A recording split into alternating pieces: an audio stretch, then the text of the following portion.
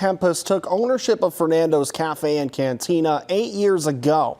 He says they received a subpoena from the Department of Homeland Security requesting documentation related to their employees. They fully cooperated with the department, and as a result, a number of employees who did not pass the subpoena were terminated.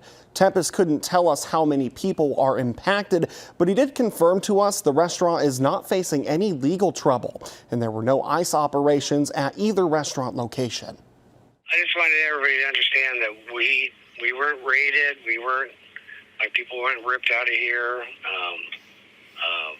Homeland Security has come in, they did their thing, we complied to what they asked us to do, and the result was what they came back with and telling us that we had to terminate some employees.